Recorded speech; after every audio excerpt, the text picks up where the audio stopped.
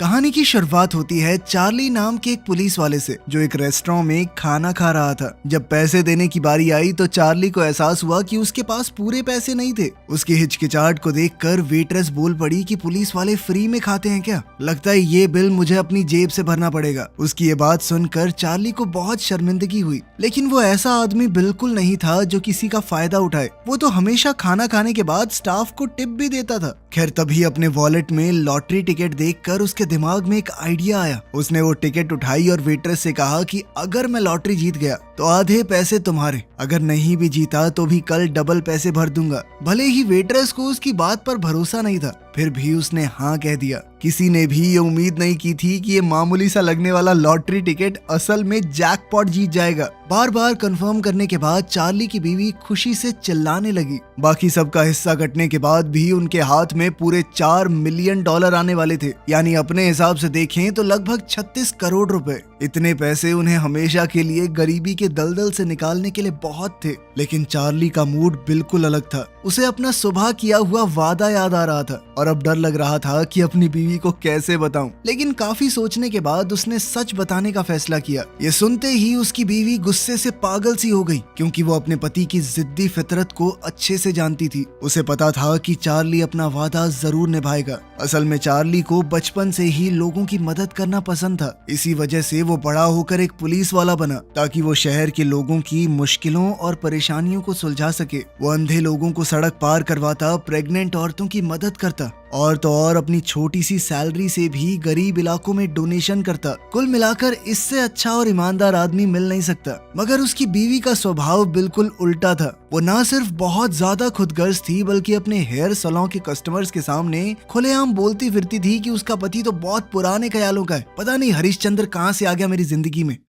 आज से कुछ दिन पहले चार्ली की बीवी ने उसे लॉटरी टिकट खरीदने भेजा था और साफ साफ कहा था कि हमारी शादी की तारीख वाला नंबर ही लेकर आना, जो कि 27 को हुई थी। लेकिन काफी सालों से वो किसी वजह से 26 तारीख को अपनी एनिवर्सरी मना रहे थे, तो बेचारे चार्ली ने गलती से 26 नंबर की टिकट ले ली। इस बात पर उसकी बीवी बहुत ज्यादा नाराज हो गई। इस बारे में उसने और शिकायत करनी थी, लेकिन तभी अचानक टीवी पर विनिंग नंबर्स अनाउंस हो गए। एक पल में ही उसकी बीवी का गुस्सा झटपट गायब हो गया। लेकिन खुशी के कुछ ही मिनट बीते थे कि तभी चार्ली ने सुबह वाला किस्सा सुना दिया। चार्ली की बीवी का मूड रोलर कोस्टर की तरह ऊपर नीचे हो रहा था और उसने एक अनजान लड़की के साथ $2 मिलियन बांटने से साफ इनकार कर दिया। जब उसने चार्ली का मुंह देखा तो उस पर दबाव डालने लगी। उसने बड़े प्यार से बहला फुसला कर चार्ली को झूठ बोलने पर मजबूर किया कि उसने लॉटरी जीती नहीं है। उस पल चार्ली पूरी तरह उलझ गया, लेकिन अभी भी चार्ली समझ नहीं पा रहा था कि क्या करे। फिर अगले दिन रेस्टोरेंट के सामने खड़े होकर भी वो सोचता रहा कि अपने जमीर की बात सुने या अपनी बीवी के जज्बातों को समझे। तब उसके एक कलीग ने उसकी हिचकिचाहट महसूस की और कहा कि भाई अपने दिल की सुन। पर अभी भी चार्ली असमंजस में था कि क्या करे। इसी उलझन के साथ वो रेस्टोरेंट के अंदर गया।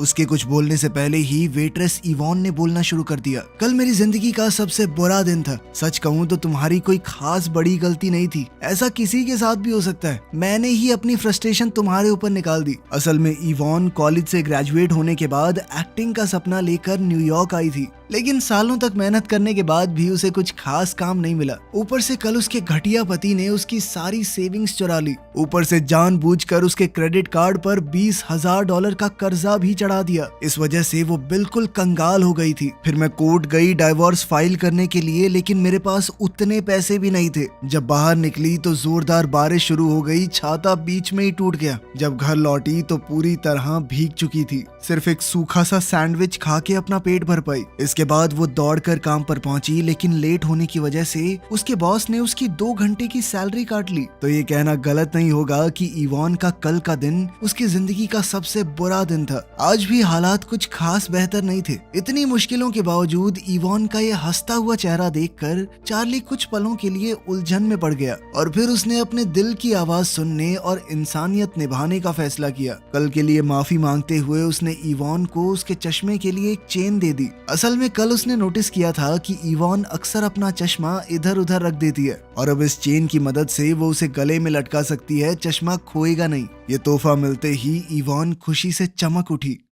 अब धीरे धीरे उसका चार्ली पर भरोसा बढ़ रहा था। इसके बाद चार्ली ने एक बार फिर से किस्मत का फैसला इवान के हाथ में रख दिया और कहा कि तुम फैसला करो कि तुम्हें खाने के पैसे डबल चाहिए या फिर लॉटरी के प्राइज मनी का आधा। इवान ने अपनी बदकिस्मत जिंदगी को देखते हुए सोचा कि मैं लॉटरी कभी नहीं जीतने वाली और वो चार्ली की अच्छाई का फायदा भी नहीं उठाना चाहती थी, इसीलिए उसने कहा कि खाने के 2 गुने पैसे दे दो। लेकिन अगले ही पल चार्ली ने प्यार से कहा कि मैंने 4 मिलियन की लॉटरी जीती है। पहले तो इवान को इस बात पर बिल्कुल भरोसा नहीं हुआ। उसने चार्ली से कहा कि मेरी गरीबी का मजाक मत उड़ाओ। लेकिन जब उसने दोबारा पूरे यकीन के साथ बात दोहराई तब इवान अपनी खुशी को रोक नहीं पाई और खुशी के मारे कूदने लगी। इवान ने ना सिर्फ रेस्टोरेंट के हर आदमी को गले लगाया बल्कि खुलेआम ऐलान कर दिया कि आज का लंच सबके लिए फ्री है। और इतना ही नहीं, हर कस्टमर को एक आइसक्रीम भी दे दी। इवान को इतना खुश देखकर चार्ली को भी सुकून मिला कि उसने झूठ नहीं कहा। बाहर खड़ा उसका कलीग भी ये देखकर काफी खुश था। लेकिन जैसे ही चार्ली की बीवी को ये बात पता चली वो आग उगलने लगी। जब वो प्राइज लेने जा रहे थे तो वो बस में भी बिना रुके चार्ली पर चिल्लाती रही। पर चार्ली ने पहले ही सबका तोड़ सोच रखा था। वो पहले से जानता है कि उसकी बीवी को शो ऑफ करना कितना पसंद है,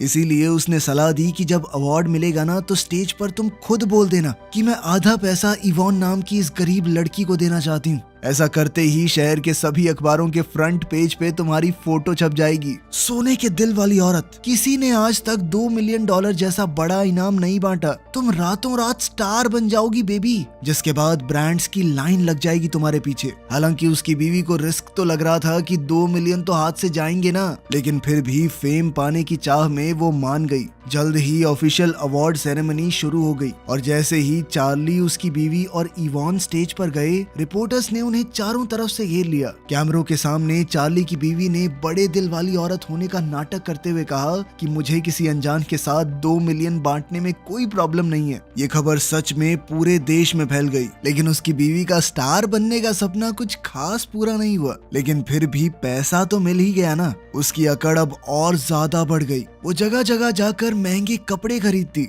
जबकि चार्ली एक बॉडीगार्ड की तरह उसके पीछे पीछे बैग उठाए घूमता रहता। जबकि इवान बिल्कुल उल्टी थी। पैसा मिलते ही उसने अपने पिछले पति के छोड़े हुए सारे कर्ज चुका दिए और फिर उसने वो रेस्टोरेंट खरीद लिया जहाँ पर वो काम करती थी और अब वो वहाँ की मालकिन और एम्प्लॉय दोनों बन गई थी। उसने चार्ली के नाम से एक टेबल भी रखा जहाँ पर जरूरतमंद गरीब लोग आराम से बैठ के खाना खा सकते हैं, उनसे पैसे भी नहीं लिए जाएंगे। खैर अगले दिन चार्ली कुछ खरीदने के लिए कन्वीनियंस स्टोर में गया तो उसने देखा कि सारे कस्टमर बिल्कुल जम के खड़े थे। लोग इधर उधर चीजें नहीं ढूंढ रहे, लेकिन उसने चोरों को ये बिल्कुल पता नहीं लगने दिया कि उसे उन पर शक हो गया है। वो चुपचाप स्टोर से बाहर निकला और अपने पार्टनर को कहा कि जल्दी से बैकअप बुलाओ। फिर वो बेसमेंट के रास्ते से घूमकर दोबारा स्टोर में घुस गया। अंदर जाकर उसने सच में 2 चोरों को देखा। हालात को समझते हुए उसने एक कैन उठाया और सीधा उठाकर एक चोर के सर पे दे मारा। जैसे ही वो चक्कर खाकर गिरा, चार्ली तुरंत दूसरे चोर पर झपट पड़ा और उसे जमीन पर गिरा लिया। जल्द ही बैकअप यूनिट पहुंच गई और सभी लोगों को सुरक्षित बचा लिया गया। लेकिन इस सब के दौरान चार्ली के बाएं हाथ पर गोली लग गई। इस चोट की वजह से उसे समय से पहले रिटायर होना पड़ा। लेकिन अपने इस कारनामे से चार्ली बहुत मशहूर हो गया। वो अब शहर का हीरो बन चुका था। उसे मेयर से मेडल भी दिया गया। लेकिन वहाँ भी उसने रिटायर हो चुके जरूरतमंद पुलिस वालों के लिए $10,000 डोनेट करने का वादा किया। ये सुनकर उसकी बीवी का बहुत दिमाग खराब हुआ। उसे पूरा पैसा सिर्फ अपने लिए चाहिए था, किसी और काम के लिए बस जाए ही ना। एक तरफ चार्ली था जो सोचता था कि इतना पैसा है तो अब आराम से जिंदगी बिताएंगे और जिसकी कर सकते हैं उसकी मदद करेंगे, जबकि उसकी बीवी को ऐशो आराम एकदम अमीरों वाली जिंदगी चाहिए थी। वो बहुत खुदगर्ज थी। खैर उसी दिन लॉटरी कंपनी ने चार्ली को उसके परिवार के साथ एक याट पार्टी के लिए बुलाया। इस शोर शराबे के बीच कई रईस लोग मौजूद थे। वहीं एक सफेद दाढ़ी वाला आदमी बता रहा था कि स्टॉक मार्केट में उसने कितना पैसा कमाया। पैसों की बात सुनते ही चार्ली की बीवी तुरंत उसके सामने पहुंच गई और बातों बातों में उससे पूछने लगी कि क्या क्या देखना होता है स्टॉक्स में, और वो बातें लिखने लग गई। खैर चार्ली को जल्दी से अमीर बनने के इन तरीकों में कोई इंटरेस्ट नहीं था। वो अकेला इस भीड़ से दूर चला गया जहां उसने इवान को एक टैक्सी ड्राइवर से झगड़ते हुए देखा। अब वो इवान की मदद करने के लिए बोट से नीचे उतर गया। अब इस झगड़े को सुलटाने के लिए जब वो नीचे उतरा तो पीछे से याट निकल गई और वो दोनों वहीं छूट गए। इवान को बहुत पछतावा हुआ कि मेरी वजह से आपकी पार्टी मिस हो गई, लेकिन चार्ली को वैसे भी उन अमीरों की बातें सुनने में कोई दिलचस्पी नहीं थी। जबकि उसकी बीवी ने उसे 1% मिस नहीं किया। वो तो अमीर लोगों के बीच में ज्यादा खुश थी। उधर इवान और चार्ली भी खाना खाने बैठ गए। पास ही में एक रोमांटिक सी शादी चल रही थी, जिसे देखकर दोनों थोड़े इमोशनल हो गए।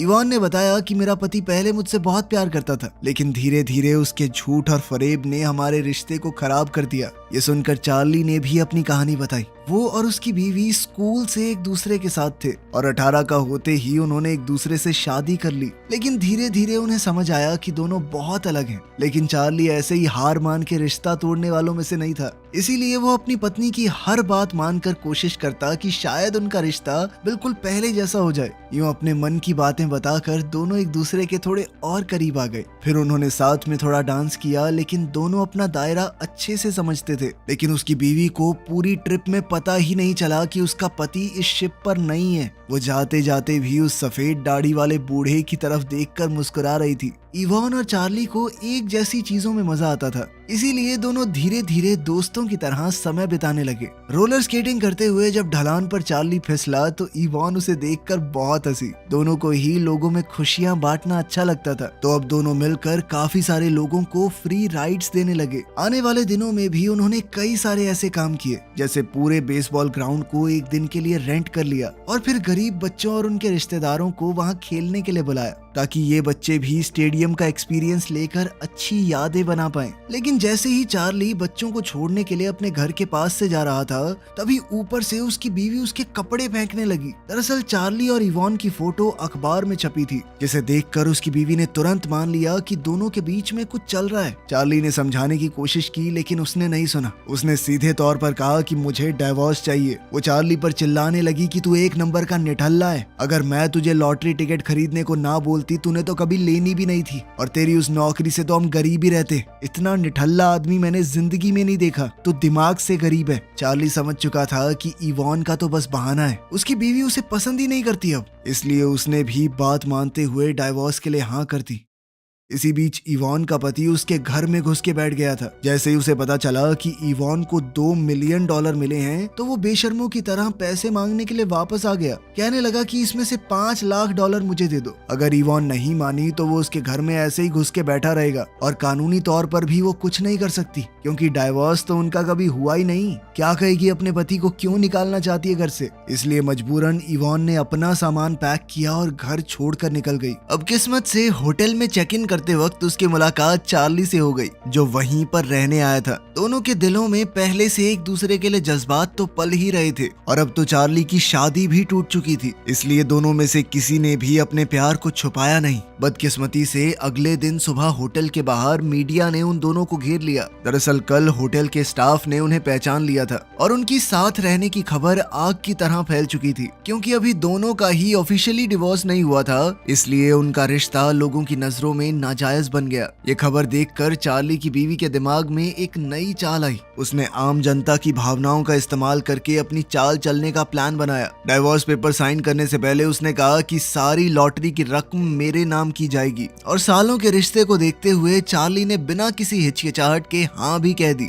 लेकिन उसका लालच यहाँ नहीं रुका। उसने कहा कि इवान को जो $2 मिलियन दिए थे वो भी मुझे वापस चाहिए, और मना करने पर कहा कि कोर्ट में घसीटूंगी तुम दोनों को। चार्ली को लगा कि ये बहुत ज्यादा हो रहा है, तो उसने गुस्से में आगे बढ़ते हुए अपनी बीवी का हाथ पकड़ लिया कि चलो कुछ बात करनी है। लेकिन इतना बहुत था उसके ऊपर झूठा इल्जाम लगाने के लिए। कोर्ट में सुनवाई के दौरान चार्ली के लॉयर ने एक जरूरी पॉइंट उठाया कि लॉटरी के नंबर चार्ली ने खुद चुने थे। शादी की डेट तो 27 की थी। 27 नंबर कोई लॉटरी नहीं जीता, 26 नंबर ने जीती है। लेकिन चार्ली की बीवी इस बारे में पहले से सोच कर आई थी। उसने कहानी बनानी शुरू कर दी कि हाँ, हमारी शादी की तारीख 27 ही है। लेकिन जिस रात चार्ली ने टिकट खरीदा, उससे पहले मुझे अपने मर चुके पापा का सपना आया था। उन्होंने कहा कि बेटा, मैं तो यही चाहता था कि तुम्हारी शादी 26 को हो, लेकिन किसी वजह से हो नहीं पाई। मैं हमेशा अपने पिता की बात मानती हूँ, इसलिए तब से हमारी एनिवर्सरी 26 की है। ये बात सुनने में जितनी अजीब लग रही थी, मीडिया में इसे उतना ही ज्यादा इमोशनल बना दिया गया, जैसे ये तो उस बेचारी औरत को भगवान का इशारा था कि 26 तारीख की खरीदो। और इस सब से धीरे धीरे पब्लिक का झुकाव चार्ली की बीवी की तरफ हो गया। फिर उसके लॉयर ने चार्ली के हमले का मुद्दा उठा दिया। उसने ये भी कहा कि उसने अपनी बीवी पर दबाव डाला था ताकि वो अपनी माशुका इवान को $2 मिलियन बांट दे। आम लोगों के बीच इवॉन की इमेज तो एक घर तोड़ने वाली औरत जैसी बन गई। अगर इवॉन और चार्ली ये झूठ बोल देते कि हमारे बीच में तो कुछ है ही नहीं, तो शायद ये केस नहीं हारते। लेकिन इवॉन ने झूठ नहीं बोला।